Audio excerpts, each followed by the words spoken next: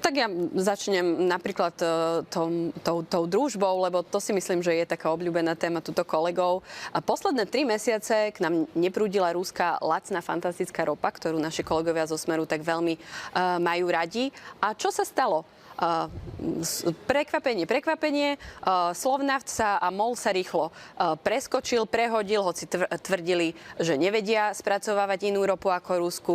Prišla zrazu, našli sa dodávky aj z Líbie, aj zo Saudskej Arábie. Išlo to južným prúdom. Nebol žiadny problém. Ceny neboli nejaké zrazu veľmi vysoké, lebo sme mali nie ruskú ropu, ale mali sme inú ropu.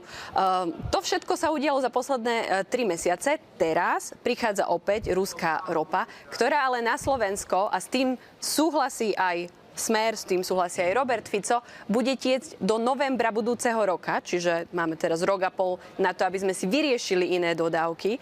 Ja som veľmi zvedavá, že ako teraz vlastne bude riešiť súčasná vláda ruskú ropu a ako to pretaví do cien spotrebiteľov, ľudí, Slovákov a Sloveniek. Budú Slováci a Slovenky platiť teraz menej za benzín, za to, že tu máme tú fantastickú voňavú ruskú ropu? Budú teraz naše firmy mať väčšie úľavy ako iné firmy, lebo máme my výnimku a berieme si ruskú ropu? Toto sú veci, ktoré zjavne sa neprenesú do reality a my sa preto pýtame, čo nám tá ruská ropa dáva? Nič. Pôjde zase pán náš premiér na poklonky 9. mája do Ruska, aby sa poďakoval, dal boštek na prstienok a mohol sa vrátiť zase bez ničoho, lebo oni potrebujú do novembra budúceho roka vyriešiť dodávky. A ja sa pýtam, kde sú tie opatrenia?